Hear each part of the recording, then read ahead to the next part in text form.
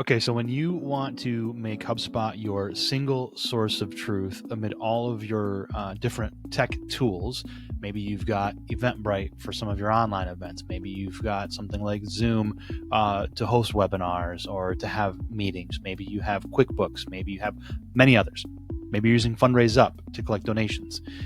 These are called integrations. You can integrate them with HubSpot to make HubSpot your single source of truth. I'm going to show you how that looks in a contact record, a person, a constituent, a supporter, but that human that you're working with. I'm going to show you that here in just a minute. But first I want to show you a couple other things. Here in your settings in HubSpot, by the way, you get here by clicking the settings wheel up here in the top dark navigation, that skinny bar up top there. And it takes you here to your settings. I'm looking at my general settings here. If I scroll a little bit, on the left-hand side under Account Management, we have Integrations. Again, that's what we're looking at. I'm going to look at our connected apps, but there's also the legacy apps if you have some older apps in there. But generally, you're going to click on Connected Apps. And here are the apps that you may have connected in your portal. Now, these obviously are ours, so we have lots. But you can see here we have a lot of different things we can connect. Right? HubSpot uses something called Bevy for their online events. We've got DocuSign. We've got Eventbrite, Facebook Messenger, Fundraise Up. We've got a lot of stuff in here. Google Ads, Google Calendar. So here's what we have connected. Now we also have a tab here for overview. So I can go here and see how many total apps are installed. 70 apps installed in our portal here. 5 of them require action. Probably they've been disconnected or something like that.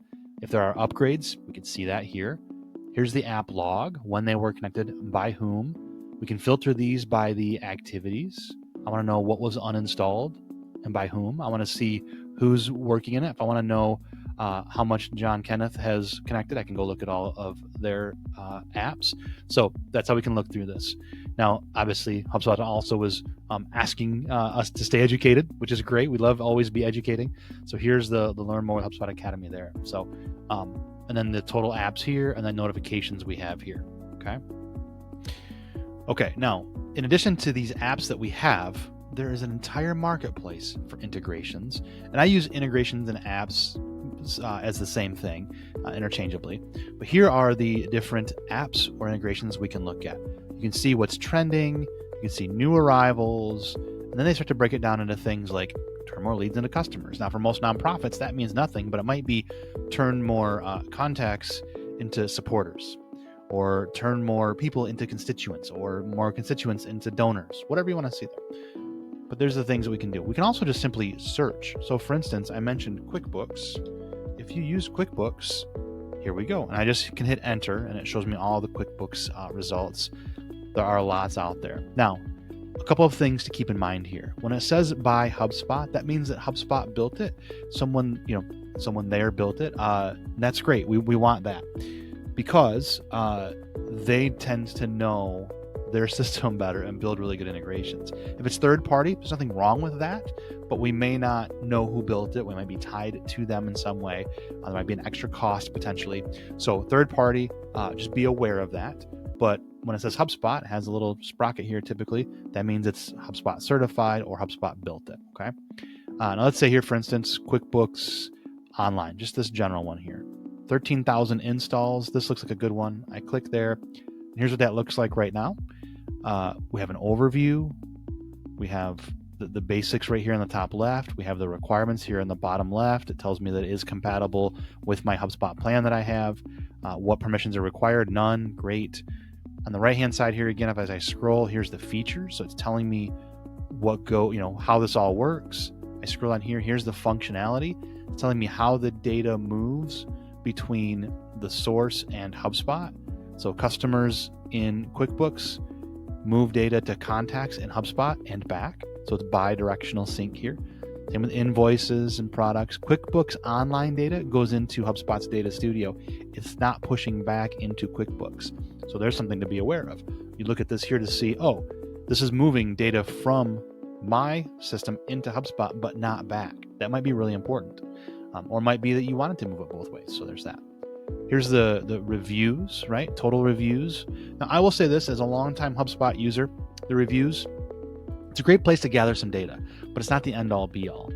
I typically look at 4-star, 3-star, 2-star reviews to see what's right or wrong about them. The 1-star reviews I have found often tend to just be mad that something didn't work they thought was specific. That might come down to your research and saying, oh, I knew this wouldn't do that even though I wanted it to. Well, if they say in their documentation it doesn't work, it's not going to work. So just something to keep in mind. But I do look at the 2, 3, and 4-star reviews and some of the 5s to see what's working well, what's not, right? It says here, basic invoice sync works. We're using a one-way sync. Sync is reliable, but it cannot send invoice to customer out of QuickBooks. Okay, that might be a very big deal that you need, so you know that maybe we shouldn't do that, or look more into it to see if there's a different way to do it. So anyway, there's reviews for you.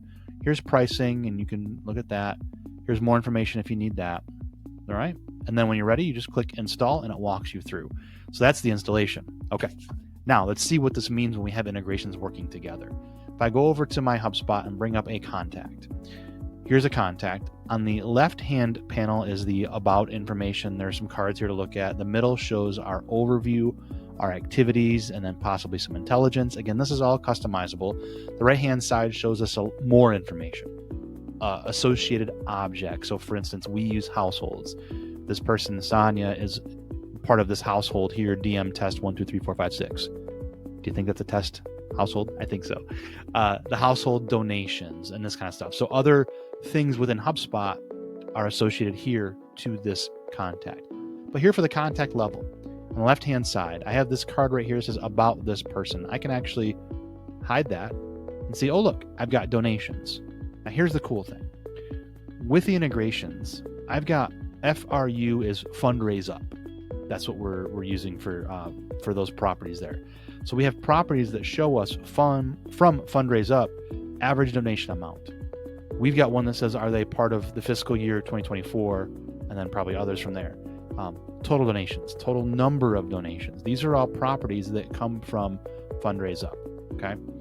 We've got member information here. I can tell you that these two right here, registered event and event date, those are from Eventbrite.